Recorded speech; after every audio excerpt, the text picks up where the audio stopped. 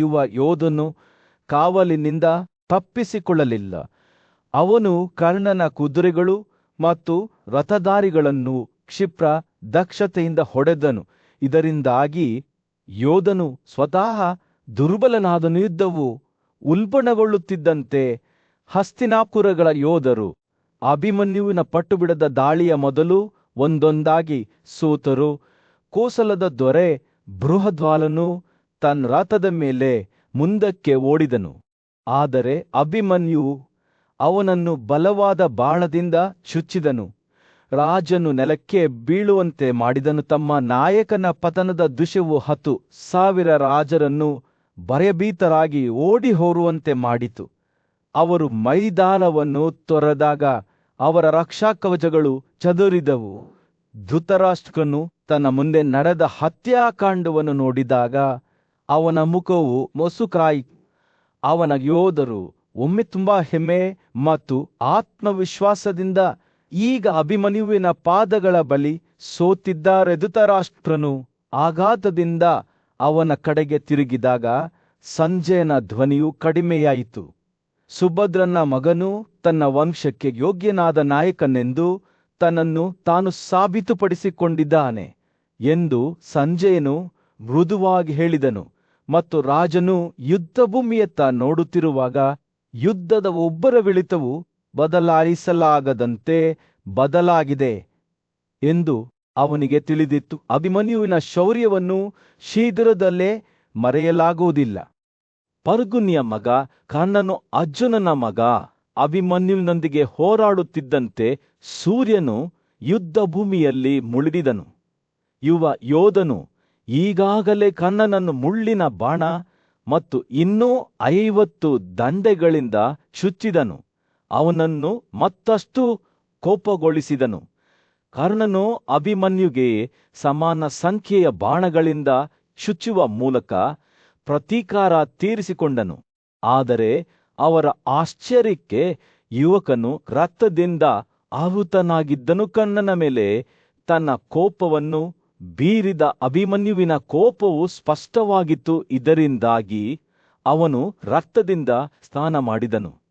ರಕ್ತಸಿಕ್ತ ಮತ್ತು ರಕ್ತಸಿಕ್ತ ಇಬ್ಬರು ಯೋಧರು ಒಂದು ಜೋಡಿ ಹೂ ಬಿಡುವ ಕಿಂಸುಕರನ್ನು ಹೋರುತ್ತಿದ್ದರು. ನಂತರ ಅಭಿಮನ್ಯು ಕರ್ಣನ ಧೈರ್ಯಶಾಲಿ ಸಲಹೆಗಾರರನ್ನು, ಅವರ ಕುದುರೆಗಳನ್ನು ಮತ್ತು ಅವರೊಂದಿಗೆ ಬೀಳುವ ರಥಗಳನ್ನು ಕೊಂದು ಹಾಕಿದನು. ಭಯಭೀತರಾಗದೆ ಅಭಿಮನ್ಯು ತನ್ನ ಅಟ್ಟಹಾಸವನ್ನು ಮುಂದುವರಿಸಿದನು. ಪ್ರತಿ 10 ಬಾಣಗಳಿಂದ ಇತರ ಮಹಾನ್ ಬಿಲ್ಲುಗಾರರನ್ನು ನಿರ್ಭೀತರಾಗಿ ಚುಚ್ಚಿದನು. ಅವನ ಸಾಧನೆಯು ಒಟ್ಟುಗೂಡಿದ ಯೋಧರಿಗೆ ಅತ್ಯಂತ ಅದ್ಭುತವೆಂದು ತೋರುತ್ತದೆ. ನಂತರ ಅವನು ಮಗಧದ ಯುವ ರಾಜಕುಮಾರನಾದ ಅಶ್ವಕೇತುವನ್ನು ತನ್ನ 4 ಕುದುರೆಗಳು ಮತ್ತು ರಥಚಾಲಕನೊಂದಿಗೆ 6 ನೇರ ದಂಡೆಗಳನ್ನು ಬಳಸಿ ಕೊಂದನು. ಮಾರ್ಟಿಕಾವತ್ನ ಭೋಜ ರಾಜಕುಮಾರನು ತನ್ನ ಧ್ವಜದ ಮೇಲೆ ಆನೆಯ ಸಾಧನವನ್ನು ಹೊತ್ತುಕೊಂಡು ಅಭಿಮನ್ಯುವಿನ ತೀಕ್ಷ್ಣವಾದ ರೇಜರ್ದ ತಲೆಯ ಬಾಣಕ್ಕೆ ಬಿದ್ದನು. ಯುವಕನು ತನ್ನ ದಂಡೆಗಳನ್ನು ಎಲ್ಲಾ ದಿಕ್ಕುಗಳಲ್ಲಿ ಚದುರಿಸಲು ಪ್ರಾರಂಭಿಸಿದಾಗ ಜೋರಾಗಿ ಕೂಗಿದನು.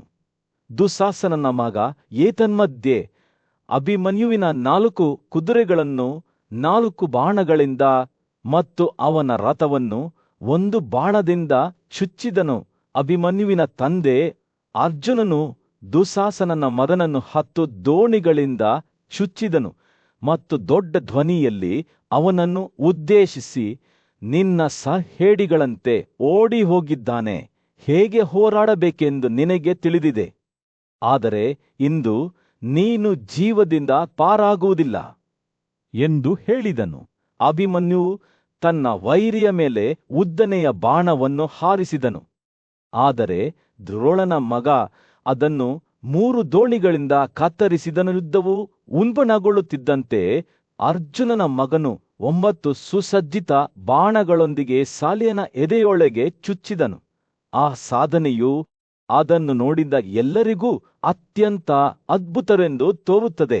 ನಂತರ ಅಭಿಮನ್ಯು ಶತ್ರುಂಜಯ, ಚಂದ್ರಕೇತು, ಮಹಾಮೆದ್ದ, ಸುವರ್ಚ ಮತ್ತು ಸೂರ್ಯಭಾಸ ಎಂಬ 5 ಯೋಧರನ್ನು ಕೊಂದನು. ದುರ್ಯೋಧನನು ದ್ರೋಣನ ಕಡೆಗೆ ತಿರುಗಿ, ಇದನ್ನು ಒಟ್ಟಿಗೆ ರುಬ್ಬೋಣ, ಇಲ್ಲದಿದ್ದರೆ ಅವನು ನಮ್ಮೆಲ್ಲರನ್ನೂ ಕೊಲ್ಲುತ್ತಾನೆ ಎಂದು ಹೇಳಿದನು.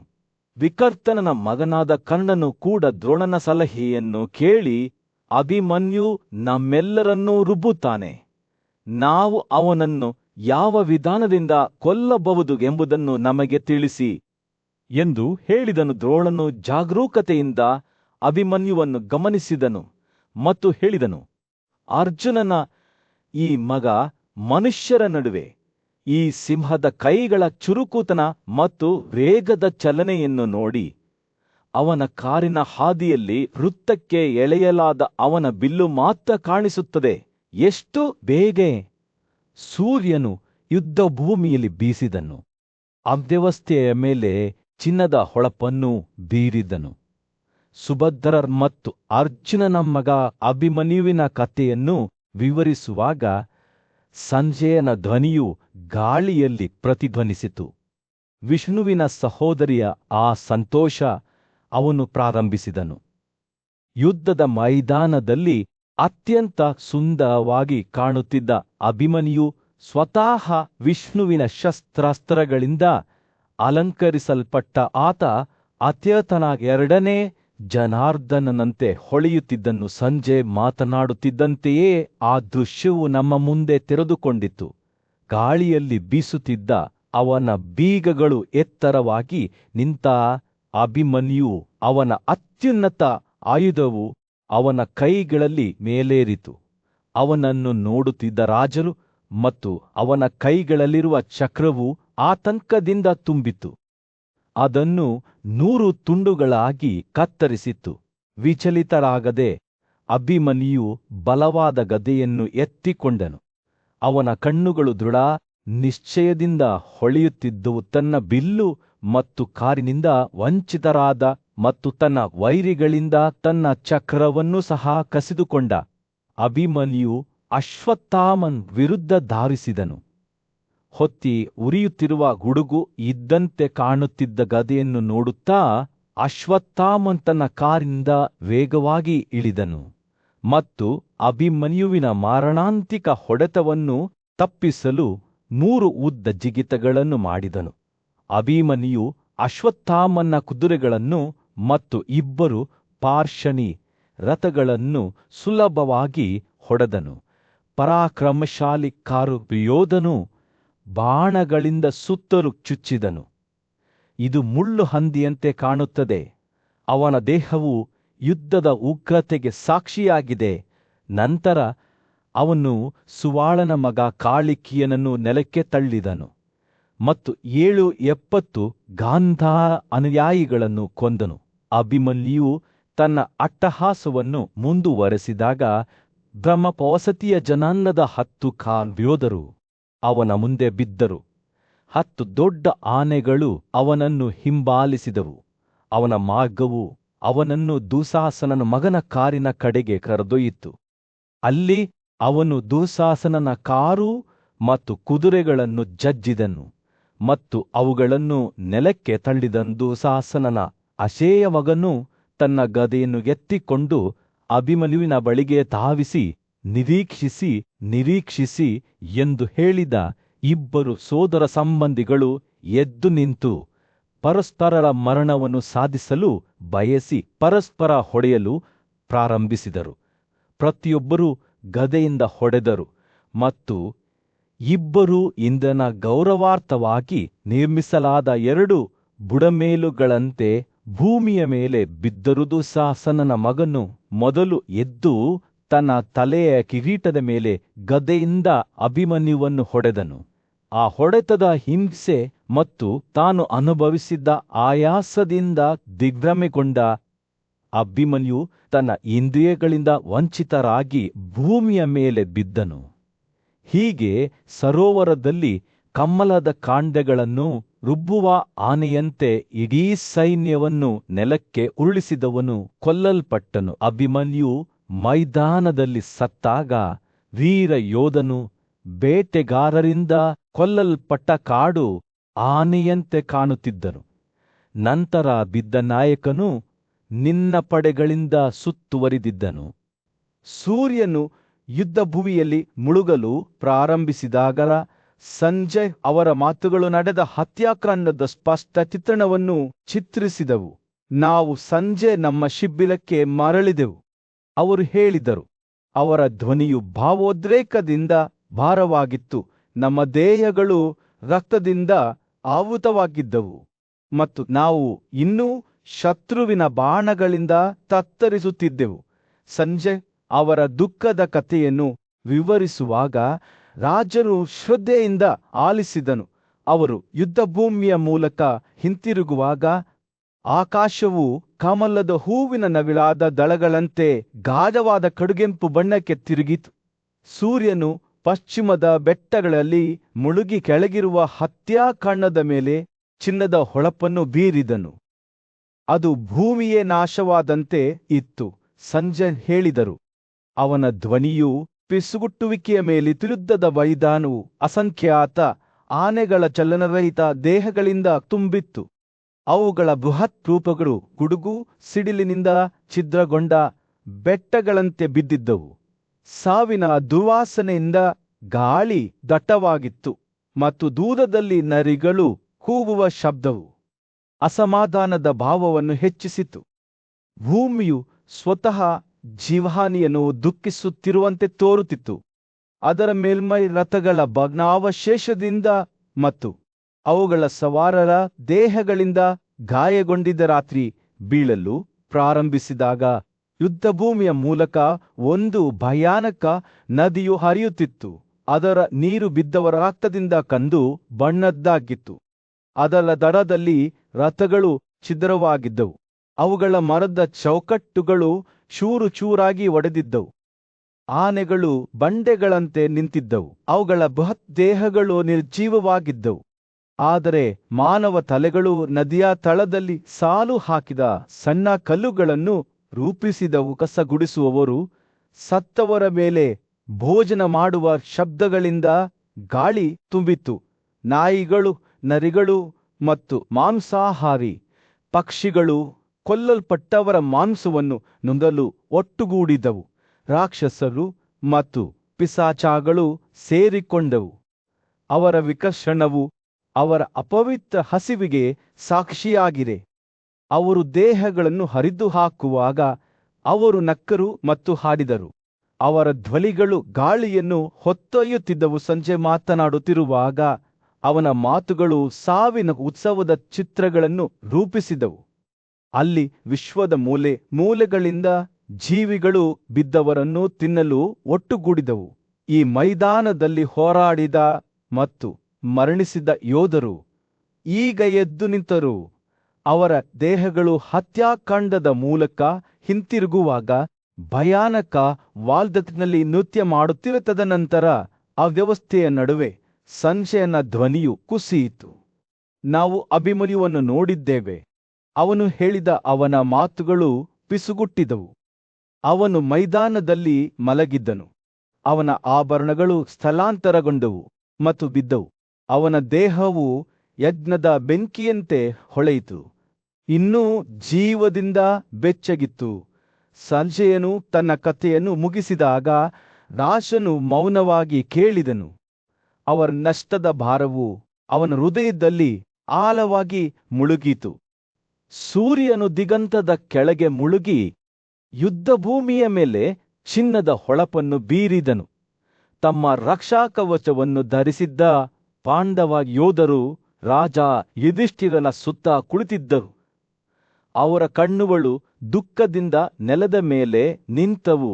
ಸುಭದ್ರನ ಚಿಕ್ಕ ಮಗ ಮತ್ತು ಅರ್ಜುನನ ಸೋದರಳಿಯ ಅಭಿಮನ್ಯುವಿನ ನಿಧನದಿಂದ ಅವರು ಇನ್ನೂ ತತ್ತರಿಸುತ್ತಿದ್ದರು. ಬುದ್ಧಿವಂತ ವೃದ್ಧಕಶಿ ಸಂಜಯ್ ಅವರ ಮುಂದೆ ನಿಂತರು. ಅವರು ಆ ದಿನದ ಘಟನೆಗಳನ್ನು ವಿವರಿಸುವಾಗ ಅವರ ಧ್ವನಿಯು ದುಃಖದಿಂದ ಭಾರವಾಗಿತ್ತು. ಆ ನಾಯಕನ ಹತ್ಯೆಯ ನಂತರ ಆ ರಥಕ ವಿಭಾಗಗಳ ನಾಯಕ ಅವರು ಪ್ರಾರಂಭಿಸಿದರು. ಪಾಂಡವ ಯೋಧರು ತಮ್ಮ ರಥಗಳನ್ನು ಬಿಟ್ಟು ತಮ್ಮ ರಕ್ಷಾಕವಚವನ್ನು ತ್ಯಜಿಸಿ ಹತಾಶೆಯಿಂದ ರಾಜನ ಸುತ್ತ ಕುಳಿತರು. ಯುಧಿಷ್ಠಿರನ ಕಣ್ಣುಗಳು ಕಣ್ಣೀರಿನಿಂದ ಕೂಡಿದವು. ಅವನು ಸಂಜಯನನ್ನು ನೋಡುತ್ತಿದ್ದಾಗ ಅವನ ಧ್ವನಿಯು ಭಾವೋದ್ರೇಕದಿಂದ ಒಡೆದಿತ್ತು. ಅಯ್ಯೋ ಅಭಿಮನ್ಯು! ಅವನು ಕೂಗಿದ, ನನ್ನ ಒಳ್ಳೆಯದನ್ನು ಸಾಧಿಸುವ ಬಯಕೆಯಿಂದ ನೀನು ದ್ರೋಣ ಮತ್ತು ಅವನ ಸೈನಿಕರು ರಚಿಸಿದ ಶ್ರೇಣಿಯನ್ನು ಚುಚ್ಚಿದ. ನೀವು ಯುದ್ಧದಲ್ಲಿ ಅವರನ್ನು ಎದುರಿಸಿದ್ದೀರಿ. ಆ ಪ್ರಬಲ ಬಿಲ್ಲುಗಾರರು ಬಹಳ ಧೈರ್ಯ ಮತ್ತು ಕೌಶಲ್ಯದಿಂದ, ಆದರೆ ಅವರು ನಿಮ್ಮ ಶೌರ್ಯಕ್ಕೆ ಸರಿಸಾಟಿಯಾಗಲಿಲ್ಲ. ಅಭಿಮನ್ಯುವಿನ ಶೌರ್ಯವನ್ನು ನೆನಪಿಸಿಕೊಳ್ಳುವಾಗ ಯುಧಿಷ್ಠಿರನ ಮಾತುಗಳು ವಿಷಾದದಿಂದ ಸುರಿದವು. ನೀವು ಯುದ್ಧದಲ್ಲಿ ನಮ್ಮ ಕಠೋರ ವೈರಿ ದುಶ್ಯಾಸನನನ್ನು ಎದುರಿಸಿದ್ದೀರಿ. ಅವನು ಮುಂದುವರಿಸಿದ, ಮತ್ತು ನಿಮ್ಮ ಬಾಣಗಳಿಂದ ನೀವು ಆ ಯೋಧನನ್ನು ಮೈದಾನದಿಂದ ಓಡಿ ಹೋಗುವಂತೆ ಮಾಡಿದ್ದೀ. ಅವನ ಇಂದ್ರಿಯಗಳಿಂದ ವಂಚಿತರಾಗಿದ್ದೀರಿ. ರಾಜನ ಕಣ್ಣುಗಳು ಅಲೆದಾಡಿದವು. ಅವನ ನೋಟವು ಅರ್ಜುನ ಮತ್ತು ಸುಭದ್ರರ ಕಡೆಗೆ ತಿರುಗಿತು. ಅವರು ಹತ್ತಿರದಲ್ಲಿ ಕುಳಿತಿದ್ದರು. ಅವರ ಮುಖಗಳು ದುಃಖದಿಂದ ಕೆತ್ತಲ್ಪಟ್ಟವು. ಅವನು ಮಾತನಾಡುವಾಗ ಯುಧಿಷ್ಠಿರನ ಧ್ವನಿಯು ನಡುಗಿತು. ಅವನ ಮಾತುಗಳು ಅಭಿಮನ್ಯುವಿನ ನಷ್ಟದ ಬಗ್ಗೆ ವಿಷಾದವನ್ನು ಉಂಟುಮಾಡಿದವು. ಅಯ್ಯೋ ಅರ್ಜುನನ ವೀರ ಮಗ! ಅವನು ದುಃಖಿಸಿದನು.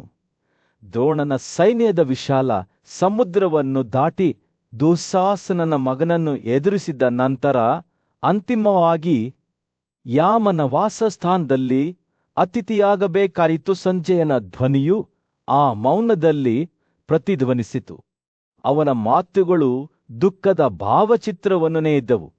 ಅಭಿಮನ್ಯುವನ್ನು ಕೊಲ್ಲುವಾಗ ನಾನು ಅರ್ಜುನನ ಮೇಲೆ ಮತ್ತು ತನ್ನ ನೆಚ್ಚಿನ ಮಗನಿಂದ ವಂಚಿತರಾದ ಸುಭದ್ರನ ಮೇಲೆ ಹೇಗೆ ನನ್ನ ಕಣ್ಣುಗಳನ್ನು ಇಡಲಿ ಎಂದು ಅವನು ಕೇಳಿದನು.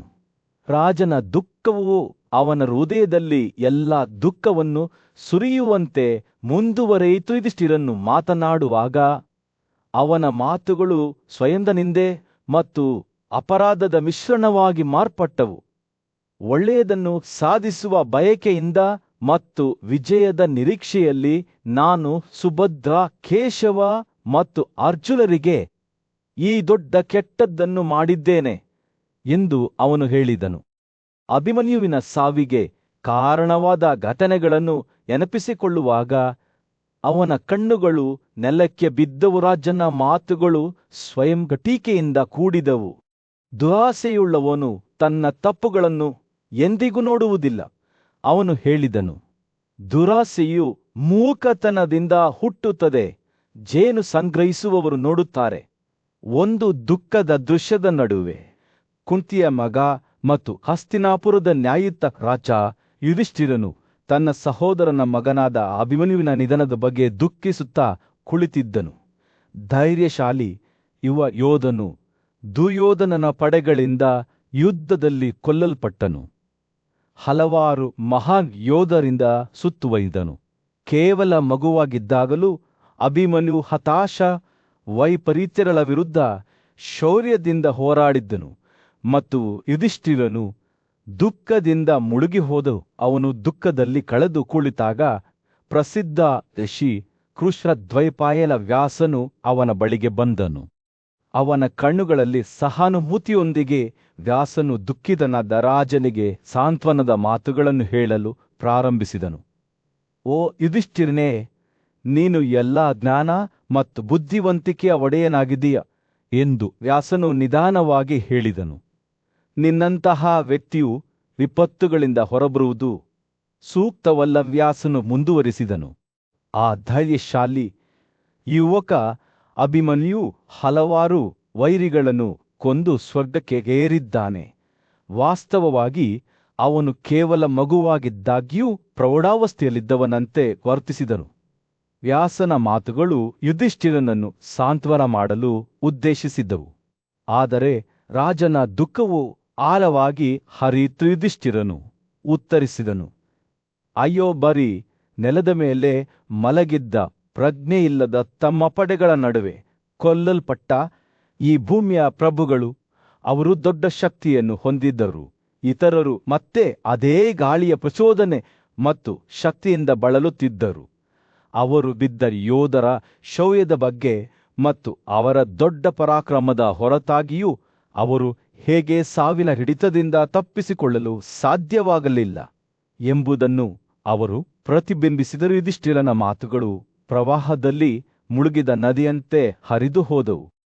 ಅವನು ವ್ಯಾಸನನ್ನು ಸಾವಿನ ರಹಸ್ಯವನ್ನು ವಿವರಿಸಲು ಕೇಳಿದನು. ಓ ದೇವರೇ, ದೇವರನ್ನು ಹೋಲುವ ನೀನು ನನಗೆ ಇದನ್ನು ಹೇಳುವ್ರ. ಸಾವು ಎಲ್ಲಿಂದ? ಯಾರ ಸಂತತಿಯು? ಸಾವು ಸಾವು ಎಂದರೇನು? ಸಾವು ಏಕೆ ಜೀವಿಗಳನ್ನು ಕಸಿದುಕೊಳ್ಳುತ್ತದೆ? ರಾಜನ ಪ್ರಶ್ನೆಗಳು ಆಳವಾದ ಆಶ್ಚರ್ಯ ಮತ್ತು ಭಯದಿಂದ ಕೂಡಿದ. ಯುಧಿಷ್ಠಿರನ ಸಂಕಟವನ್ನು ಅರಿತ ವ್ಯಾಸನು ಪ್ರಾಚೀನ ಕಥೆಯೊಂದನ್ನು ಪಠಿಸಲು ಪ್ರಾರಂಭಿಸಿದನು. ಪ್ರಾಚೀನ ಕಾಲದಲ್ಲಿ ಅವನು ಹೇಳಿದನು, ತನ್ನ ಮಗನ ಮರಣದಿಂದಾಗಿ ಅತ್ಯಂತ ದುಃಖಿತನಾಗಿದ್ದ ಅಕಂಪನ ಎಂಬ ರಾಜನಿದ್ದನು. ಈ ಕಥೆಯು ದುಃಖ ಮತ್ತು ನಷ್ಟದ ಎಳೆಗಳಿಂದ ನೇಯ್ದ ವಸ್ತ್ರದಂತೆ ತೆರೆದುಕೊಂಡಿತು. ಅಕಾಂಪಲನ ಮಗನಾದ ಹರಿಯು ಇಂದ್ರ ಅಥವಾ ಸ್ವತಃ ವಿಷ್ಣುವಿಗೆ ಸಮಾನವಾದ ಪರಾಕ್ರಮಶಾಲಿ ಯೋಧನಾಗಿದ್ದನು. ಅವನು ಅಸಂಖ್ಯಾತ ವೈರಿಗಳ ವಿರುದ್ಧ ಹೋರಾಡಿ ದೊಡ್ಡ ಸಾಧನೆಗಳನ್ನು ಮಾಡಿದನು. ಆದರೆ ಅಂತಿಮವಾಗಿ ಯುದ್ಧಭೂಮಿಯಲ್ಲಿ ಸೋತನು. ಅವನ ತಂದೆ ರಾಜ ಅಕಾಂಪನನು ದುಃಖದಲ್ಲಿ ಮುಳುಗಿ ತನ್ನ ಮನಸ್ಸಿನ ಶಾಂತಿಯನ್ನು ಮರಳಿ ಪಡೆಯಲು ಸಾಧ್ಯವಾಗಲಿಲ್ಲ. ಆಗ ಸ್ವರ್ಗದ ವೇಶ್ಯಾದ ನಾರದರು ಅವನ ಮುಂದೆ ಕಾಣಿಸಿಕೊಂಡನು. ಆದದ್ದೇವನಾದ ರಾಜನು ನಡೆದದ್ದನ್ನೆಲ್ಲ ನಾರದನಿಗೆ ಹೇಳಿದನು. ದೂರದ ಯುಗದಲ್ಲಿ ಬ್ರಹ್ಮಾಂಡವು ಜೀವನದಿಂದ ತುಂಬಿ ತುಳುಕುತ್ತಿತ್ತು. ವಿವಿಧ ರೀತಿಯ ಜೀವಿಗಳು ಭೂಮಿಯಲ್ಲಿ ಸುತ್ತಾಡುತ್ತಿದ್ದವು. ಪ್ರತಿಯೊಂದು ತಮ್ಮದೇ ಆದ ರೀತಿಯಲ್ಲಿ ಅನನ್ಯವಾಗಿತ್ತು. ನಿಷ್ಠಾವಂತ ವ್ಯಕ್ತಿಯಾದ ಸ್ಥಾನು ಈ ಅದ್ಭುತ ದೃಶ್ಯವನ್ನು ದಿಟ್ಟಿಸಿ ನೋಡಿದನು ಮತ್ತು ಅಗಾಧವಾದ ಸಹಾನುಭೂತಿಯನ್ನು ಅನುಭವಿಸಿದನು. ಅವನು ಪ್ರಖ್ಯಾತ ಭಗವಾನ್ ಮಹಾದೇವನ ಕಡೆಗೆ ತಿರುಗಿದನು. ಅವರ ಧ್ವನಿಯು ಭಾವೋದ್ರೇಕದಿಂದ ತುಂಬಿತ್ತು. ಓ ದೇವರೇ, ನೀವು ಅಂತಹ ವಿಶಾಲವಾದ ಜೀವಿಗಳನ್ನು ಸೃಷ್ಟಿಸಿದ್ದೀರಿ. ಈಗ ನಿಮ್ಮ ಉರಿಯುತ್ತಿರುವ ಕೋಪದಿಂದ ಅವುಗಳನ್ನು ಸೇವಿಸುತ್ತಿದ್ದೀರಿ. ಇದನ್ನು ನೋಡಿ ನಾನು ದುಃಖದಿಂದ ತುಂಬಿರುತ್ತೇನೆ. ಓ ಮಹಾನೇ, ಕೃಪೆಗೆ ಒಲವು ತೋರು. ಮಹಾದೇವನ ಪ್ರತಿಕ್ರಿಯೆಯು ಆತ್ಮ ಪರಿಶೀಲನೆಯದ್ದಾಗಿತ್ತು. ನನಗೆ ಬ್ರಹ್ಮಾಂಡವನ್ನು ನಾಶ ಮಾಡುವ ಬಯಕೆ ಇರಲಿಲ್ಲ ಎಂದು ಆತ ಹೇಳಿದ. ಲೆಕ್ಕವಿಲ್ಲದಷ್ಟು ಜೀವಿಗಳ ಭಾರದಿಂದ ಭಾರವಾದ ಭೂಮಿಯ ಮೇಲೆ ಸಮತೋಲನವನ್ನು ತರುವುದು ನನ್ನ ಉದ್ದೇಶವಾಗಿತ್ತು. ಸ್ವತಃ ಭೂಮಿಯೇ ನನ್ನನ್ನು ಕ್ರಮ ಕೈಗೊಳ್ಳುವಂತೆ ಪ್ರೇರೇಪಿಸಿದಳು. ಆದರೆ ಅನಂತ ಸೃಷ್ಟಿಯನ್ನು ನಾಶ ಮಾಡಲು ನನಗೆ ಯಾವುದೇ ಮಾರ್ಗ ಸಿಗಲಿಲ್ಲ. ಆಗಲೇ ಕೋಪವು ನನ್ನನ್ನು ಆವರಿಸಿತು. ಮಹಾದೇವನ ಮಾತುಗಳು ಭಾವನೆಗಳ ಸಂಕೀರ್ಣ ಜಾಲವನ್ನು ಬಹಿರಂಗಪಡಿಸಿದವು. ಸಮತೋಲನದ ಬಯಕೆ, ಜವಾಬ್ದಾರಿಯ ಪ್ರಜ್ಞೆ ಮತ್ತು ಎಲ್ಲವನ್ನೂ ಸೇವಿಸುವ ಕ್ರೋಧದ ಶಕ್ತಿ. ಮತ್ತೊಬ್ಬ ನಿಷ್ಠಾವಂತ ವ್ಯಕ್ತಿಯಾದ ರುದ್ರನು ಆ ಸಂಭಾಷಣೆಯಲ್ಲಿ ಸೇರಿಕೊಂಡನು. ಅವನ ಧ್ವನಿಯು ತುರ್ತು ಸ್ಥಿತಿಯಿಂದ ತುಂಬಿತ್ತು. ಓ ಬ್ರಹ್ಮಾಂಡದ ಒಡೆಯನೇ, ಕೃಪೆಗೆ ಒಲವು ತೋರಿಸು ಎಂದು ಅವನು ಬೇಡಿಕೊಂಡನು. ಚಲಿಸುವ ಮತ್ತು ಚಲಿಸುವ ಎಲ್ಲಾ ಜೀವಿಗಳನ್ನು ನಾಶ ಮಾಡುವ ಬೆದರಿಕೆ ಇರುವ ಈ ಕೋಪವನ್ನು ಪೋಷಿಸಬೇಡಿ. ನಿಮ್ಮ ಕರುಣೆಯ ಮೂಲಕ 3 ಪಟ್ಟು ಬ್ರಹ್ಮಾಂಡವು ಹಿಂದಿನ, ಪ್ರಸ್ತುತ ಮತ್ತು ಭವಿಷ್ಯತ್ ಸಾಮರಸ್ಯದಿಂದ ಅಸ್ತಿತ್ವದಲ್ಲಿರಲಿ. ರುದ್ರನು ಮಾತನಾಡುತ್ತಿದ್ದಂತೆ ಅವನ ಮಾತುಗಳು ಅವರ ಮುಂದೆ ತೆರೆದುಕೊಳ್ಳುವ ವಿನಾಶದ ಸ್ಪಷ್ಟ ಚಿತ್ರಣವನ್ನು ಚಿತ್ರಿಸಿದವು. ಮಹಾದೇವನ ಕೋಪದಿಂದ ಹುಟ್ಟಿದ ಬೆಂಕಿ ಬಂಡೆಗಳು, ಮರಗಳು, ನದಿಗಳು, ಗಿಡಮೂಲಿಕೆಗಳು ಮತ್ತು ಹುಲ್ಲುಗಳನ್ನು ಒಂದೇ ರೀತಿ ಸೇವಿಸುತ್ತಿತ್ತು. ಅದು ಅಸ್ತಿತ್ವದ ರಚನೆಯನ್ನು ನಾಶಪಡಿಸುತ್ತಿತ್ತು. ರುದ್ರನು ಮುಂದುವರಿಸಿದನು, ದೇವರೇ, ನಾನು ಕೋರುತ್ತಿರುವ ವರವೇನೆಂದೇ ನಿನಗೆ ಸೇರಿದ ಎಲ್ಲಾ ಸೃಷ್ಟಿಯಾದ ವಸ್ತುಗಳು ನಾಶವಾಗದಿರಲಿ. ಜೀವವುಳ್ಳ ನಿನ್ನ ಜೀವಿಗಳು ಎಂದಿಗೂ ನಾಶವಾಗದಿರಲಿ. ನಿನ್ನ ಕೋಪವು ಶಾಂತವಾಗಲಿ. ಅದು ನಿನ್ನ ಸ್ವಂತ ಆತ್ಮದಲ್ಲಿ ನಾಶವಾಗಲಿ. ನಿನಗೆ ಒಳ್ಳೆಯದನ್ನು ಮಾಡುವ ಬಯಕೆಯಿಂದ ಪ್ರೇರೇಪಿಸಲ್ಪಟ್ಟ ನಿನ್ನ ಸೃಷ್ಟಿಗಳ ಮೇಲೆ ನಿನ್ನ ಗಮನವನ್ನು ಹರಿಸು. ಅವನ ಮಾತುಗಳು ಪ್ರಾರ್ಥನೆಯಂತೆ ಗಾಳಿಯಲ್ಲಿ ತೂಗಾಡುತ್ತಿದ್ದವು. ವಿನಾಶದ ಜ್ವಾಲೆಗಳನ್ನು ಶಾಂತಗೊಳಿಸಲು ಪ್ರಯತ್ನಿಸುತ್ತಿದ್ದವು. ಮಹಾದೇವನು ರುದ್ರನ ಮನವಿಯನ್ನು ಆಲಿಸುತ್ತಿದ್ದಂತೆ ಅವನೊಳಗೆ ಏನೋ ಬದಲಾವಣೆಯಾಗತೊಡಗಿತ್ತು. ಅವನು ತನ್ನ ಕೋಪದಿಂದ ಉಂಟಾದ ವಿನಾಶವನ್ನು ಕಂಡನು ಮತ್ತು ಸೃಷ್ಟಿಕರ್ತನಾಗಿ ತನ್ನ ಜವಾಬ್ದಾರಿಯ ಭಾರವನ್ನು ಅನುಭವಿಸಿದನು.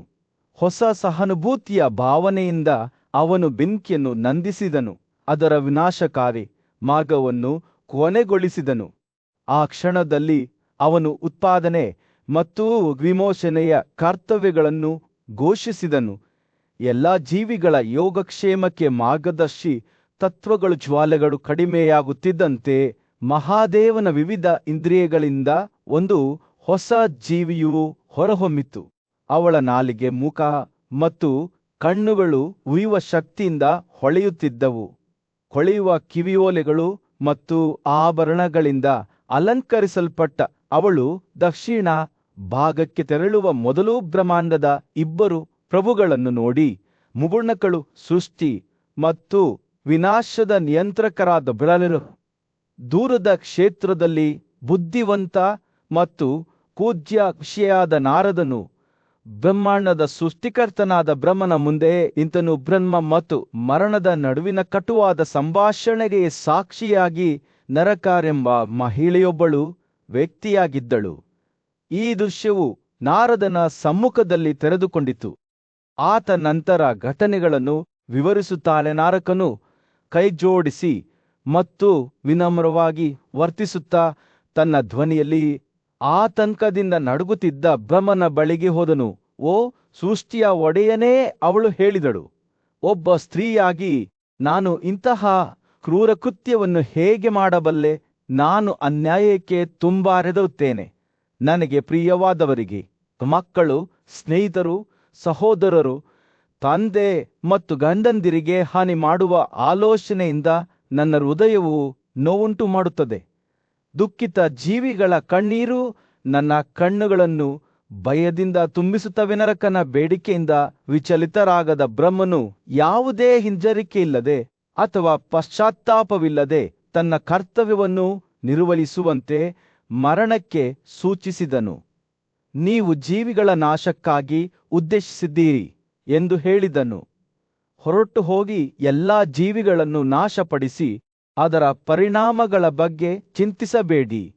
ಬ್ರಹ್ಮನ ಮಾತುಗಳು ಅನಿವಾರ್ಯತೆಯ ಭಾವದಿಂದ ಕೂಡಿದ್ದು, ಬ್ರಹ್ಮಾಂಡದ ಭವಿಷ್ಯವು ಸಾವಿನ ಕ್ರಿಯೆಗಳ ಮೇಲೆ ಅವಲಂಬಿತವಾಗಿದೆ ಎಂಬಂತೆರಾದಾಗ್ಯೂ ನರಕನು ಬ್ರಹ್ಮನ ಆಜ್ಞೆಯಿಂದ ವಿಚಲಿತನಾಗಲಿಲ್ಲ. ಜೀವರಾಶಿಗಳನ್ನು ಹಾನಿಯಿಂದ ರಕ್ಷಿಸುವ ತನ್ನ ಸಂಕಲ್ಪದಲ್ಲಿ ಅವಳು ಅಸಲಾಗಿದ್ದರು. ಒಳ್ಳೆಯದನ್ನು ಮಾಡುವ ಮತ್ತು ಕೆಟ್ಟದ್ದನ್ನು ತಪ್ಪಿಸುವ ಅವಳ ಭಕ್ತಿಯು ಪರ್ಯಾಯ ಮಾರ್ಗವನ್ನು ಹುಡುಕಲು ಅವಳನ್ನು ಪ್ರೇರೇಪಿಸಿತು. ಆಳವಾದ ದೃಢವಿಶ್ವಾಸದಿಂದ ಯಾವುದೇ ಸಂಭಾವ್ಯ ಪಾಪದಿಂದ ತನ್ನನ್ನು ತಾನು ಶುದ್ಧೀಕರಿಸಿಕೊಳ್ಳುವ ಸಾಧನವಾಗಿ ತೀವ್ರವಾದ ತಪಸ್ಸನ್ನು ಕೈಗೊಳ್ಳಲು ಅನುಮತಿಗಾಗಿ ಬ್ರಹ್ಮನನ್ನು ಬೇಡಿಕೊಂಡಳು. ಸದಾಚಾರಕ್ಕೆ ನಾರಕನ ಅಸಲವಾದ ಬದ್ಧತೆಯನ್ನು ಗಮನಿಸಿದ ಬ್ರಹ್ಮನು ಅಂತಿಮವಾಗಿ ಪಶ್ಚಾತ್ತಾಪಪಟ್ಟನು. ಅವಳು ಅವನ ಮಾರ್ಗದರ್ಶನವನ್ನು ಅನುಸರಿಸಿದರೆ ತನ್ನ ಕ್ರಿಯೆಗಳಿಗೆ ಮರಣವನ್ನು ಹೊಣೆಗಾರವನ್ನಾಗಿ ಮಾಡಲಾಗುವುದಿಲ್ಲ ಎಂದು ಅವನು ಬಹಿರಂಗಪಡಿಸಿದನು. ಈ ಜೀವಿಗಳನ್ನು ಕೊಲ್ಲುವ ಮೂಲಕ ನೀವು ಯಾವುದೇ ಪಾಪವನ್ನು ಮಾಡಬಾರದು ಎಂದು ಅವನು ಹೇಳಿದನು. ನನ್ನ ಮಾತುಗಳು ಎಂದಿಗೂ ವ್ಯರ್ಥವಾಗುವುದಿಲ್ಲ. ಶಾಶ್ವತ ಸದ್ಗುಣವು ಯಾವಾಗಲೂ ನಿನ್ನದೇ ಆಗಿರುತ್ತದೆ. ಸಂಭಾಷಣೆಯು ತೆರೆದುಕೊಳ್ಳುತ್ತಿದ್ದಂತೆ ಬ್ರಹ್ಮನು ಮರಣದ ಕರ್ತರುಗಳಲ್ಲಿ ನರಕನಿಗೆ ಮಾರ್ಗದರ್ಶನ ನೀಡುವ ಯೋಜನೆಯನ್ನು ರೂಪಿಸಿದನು. ಕೇವಲ ಜೀವಗಳನ್ನು ತೆರೆದುಕೊಳ್ಳುವ ಬದಲು ದುರಾದೃಷ್ಟದ ಮೂಲ ಕಾರಣಗಳಾದ ದುರಾಶೆ, ಕೋಪ, ದ್ವೇಷ, ಅಸೂಯೆ, ಜಗಳ, ಮೂರ್ಖತನ ಮತ್ತು ನಾಚಿಕೆಯಿಲ್ಲದಿರುವಿಕೆಯನ್ನು ತೆಗೆದುಹಾಕುವತ್ತ ಗಮನಹರಿಸಲು ಅವನು ಅವಳಿಗೆ ಸೂಚನೆ ನೀಡಿದನು. ನನ್ನ ಕೈಯಲ್ಲಿರುವ ನಿಮ್ಮ ಕಣ್ಣೀರಿನ ಹನಿಗಳು ರೋಗಗಳಾಗುತ್ತವೆ, ಅವು ಜೀವಿಗಳಿಂದಲೇ ಹುಟ್ಟುತ್ತವೆ ಎಂದು ಬ್ರಹ್ಮ ವಿವರಿಸಿದನು. ಅವು ಮನುಷ್ಯರನ್ನು ಕೊಲ್ಲುತ್ತವೆ ಮತ್ತು ಮನುಷ್ಯರನ್ನು ಕೊಂದರೆ ಪಾಪವು ನಿಮ್ಮದಲ್ಲ. ನಾರಕನು ಯಾವುದೇ ಪರ್ಯಾಯವನ್ನು ನೋಡದೆ ಅಂತಿಮವಾಗಿ ಬ್ರಹ್ಮನ ಸೂಚನೆಗಳನ್ನು ಅನುಸರಿಸಲು ಒಪ್ಪಿಕೊಂಡನು. ಭಾರವಾದ ಹೃದಯದಿಂದ ಅವರು ಜೀವಿಗಳ ಸಮಯ ಬಂದಾಗ ಅವರ ಜೀವಗಳನ್ನು ತೆರೆದುಕೊಳ್ಳಲು ಪ್ರಾರಂಭಿಸಿದರು. ಬ್ರಹ್ಮನ ಬುದ್ಧಿವಂತಿಕೆಯಿಂದ ಮಾರ್ಗದರ್ಶಿಸಲ್ಪಟ್ಟ ಆಕೆಯ ಕ್ರಿಯೆಗಳು ಬ್ರಹ್ಮಾಂಡಕ್ಕೆ ಸಮತೋಲನವನ್ನು ತಂದವು. ನಾರದನು ಲೆಕ್ಕನೆಗಳನ್ನು ವಿವರಿಸಿದಂತೆ ಸಾವಿನ ಕರ್ತರೆಗಳು ಕೇವಲ ಜೀವಗಳನ್ನು ತೆಗೆದುಕೊಳ್ಳುವುದಕ್ಕಷ್ಟೇ ಸೀಮಿತವಾಗಿಲ್ಲ ಎಂದು ಅವನು ಗಮನಿಸಿದನು.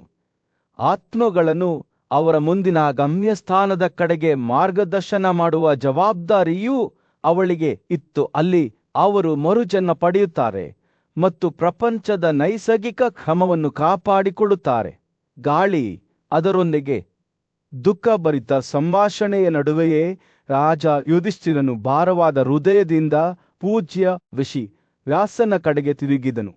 ಆತನು ಧಾರ್ಮಿಕ ಜೀವನವನ್ನು ನಡೆಸಿ ಮಹತ್ತರವಾದ ಕಾರ್ಯಗಳನ್ನು ಸಾಧಿಸಿದ ಪ್ರಾಚೀನ ರಾಜರ ಕಥೆಗಳಲ್ಲಿ ಸಾಂತ್ವನವನ್ನು ಬಯಸಿದನು. ವ್ಯಾಸನು ತನ್ನ ಸಂಕಟವನ್ನು ಅರಿತುಕೊಂಡು ತನ್ನ ದಯೆ ಮತ್ತು ಭಕ್ತಿಗೆ ಹೆಸರುವಾಸಿಯಾದ ರಾಜ ಸುಂಜಯನ ಕಥೆಯನ್ನು ಹೇಳಲು ಪ್ರಾರಂಭಿಸಿದನು. ಬುದ್ಧಿವಂತ ಋಷಿಗಳಾದ ನಾರದ ಮತ್ತು ಪರ್ವತರಿಂದ ಸುತ್ತುವರಿದ ಭವ್ಯವಾದ ಅರಮನೆಯಲ್ಲಿ ರಾಜ ಸುಂಜಯನು ಅವರನ್ನು ತೆರೆದ ಕೈಗಳಿಂದ ಸ್ವಾಗತಿಸಿದನು. ಅವರು ಒಟ್ಟಿಗೆ ಕುಳಿತಾಗ ಅವರ ಸುಂದರ ಮಗಳು ಆಶೀರ್ವಾದವನ್ನು ಕೋರಿ ತನ್ನ ತಂದೆಯ ಬಳಿಗೆ ಹೋದರು. ಆಕೆಯ ಪ್ರಕಾಶಮಾನವಾದ ಉಪಸ್ಥಿತಿಯಿಂದ ಋಷಿಗಳು ಆಘಾತಕ್ಕೊಳಗಾದರು ಮತ್ತು ಪಾರ್ವತಿಯು ತಾನು ದೈವಿಕ ಮೂರ್ತ ರೂಪವೇ ಅಥವಾ ಮಾನವ ರೂಪದಲ್ಲಿರುವ ದೇವಿಯೇ ಎಂದು ಕೇಳಿದಳು. ತನ್ನನ್ನು ಮದುವೆಯಾಗಲು ತನ್ನ ಮಗಳ ಕೈಯನ್ನು ನೀಡುವುದಾಗಿ ನಾರದನು ಸುಂಜಯನಿಗೆ ಪ್ರಸ್ತಾಪಿಸಿದನು. ಈ ಆಲೋಚನೆಯಿಂದ ಸಂತೋಷಗೊಂಡ ಶ್ರೀಂಜನು ಒಪ್ಪಿಕೊಂಡನು. ಆದರೆ ಅವನನ್ನು ಕಡೆಗಣಿಸಿದ್ದಕ್ಕೆ ಪರ್ವತ ಕೋಪಗೊಂಡನು. ಇಬ್ಬರು ಋಷಿಗಳು ತೀವ್ರ ಮಾತಿನ ಚಕಮಕಿ ನಡೆಸಿದರು. ನಾರದನು ತನ್ನ ಕೃತ್ಯಗಳನ್ನು ಸಮರ್ಥಿಸಿಕೊಂಡನು ಮತ್ತು ಉತ್ಸವದ ವಿಧಿಗಳನ್ನು ಪೂರ್ಣಗೊಳಿಸದಿದ್ದರೆ ಅವರ ಮಿಲನವು ಅಮಾನ್ಯವಾಗುತ್ತದೆ ಎಂದು ಹೇಳುತ್ತಾ ಪರ್ವತನು ಅವನನ್ನು ಶಪಿಸಿದನು. ದಿನಗಳು ಉರುಳಿದಂತೆ ಮಗನನ್ನು ಹೊಂದಲು ಉತ್ಸುಕನಾಗಿದ್ದ ರಾಜ ಸುಂಜಯನು ಬ್ರಾಹ್ಮಣರಿಗೆ ಆಹಾರ ಮತ್ತು ವಸ್ತ್ರಗಳ ಅದ್ದೂರಿ ಉಡುಗೊರೆಗಳೊಂದಿಗೆ ಮನರಂಜನೆ ನೀಡಲು ಪ್ರಾರಂಭಿಸಿದನು. ಅವನ ಭಕ್ತಿಯಿಂದ ಸಂತೋಷಗೊಂಡ ಬುದ್ಧಿವಂತರು ನಾರದನ ಬಳಿಗೆ ಹೋಗಿ ರಾಜನಿಗೆ ಮಹಾನ್ ಸದ್ಗುಣಗಳು ಮತ್ತು ಸಾಧನೆಗಳುಳ್ಳ ಮಗನನ್ನು ನೀಡುವಂತೆ ವಿನಂತಿಸಿದರು. ನಾರದನು ಒಪ್ಪಿಕೊಂಡನು ಮತ್ತು ಶೀಘ್ರದಲ್ಲೇ ಸುವರ್ಣಶಿವನ್ಗೆಂಬ ಮಗು ಜನಿಸಿತು. ರಾಜಕುಮಾರನು ಪ್ರತಿಭಾವಂತ ಮತ್ತು ಶಕ್ತಿಶಾಲಿ ಯುವಕನಾಗಿ ಬೆಳೆದು ರಾಜ ಸುಂಜಯನ ಸಂಪತ್ತು ಅಗಾಧವಾಗಿ ಹೆಚ್ಚಾಯಿತು. ಆದಾಗ್ಯೂ ದರೋಡೆಕೋರರ ಗುಂಪೊಂದು ದುರಾಶೆಯಿಂದ ಪ್ರೇರೇಪಿಸಲ್ಪಟ್ಟು ರಾಜಕುಮಾರನನ್ನು ಕದೀತು ಮತ್ತು ಕಾಡಿನಲ್ಲಿ ಅವನನ್ನು ಹತ್ಯೆ ಮಾಡಿತು.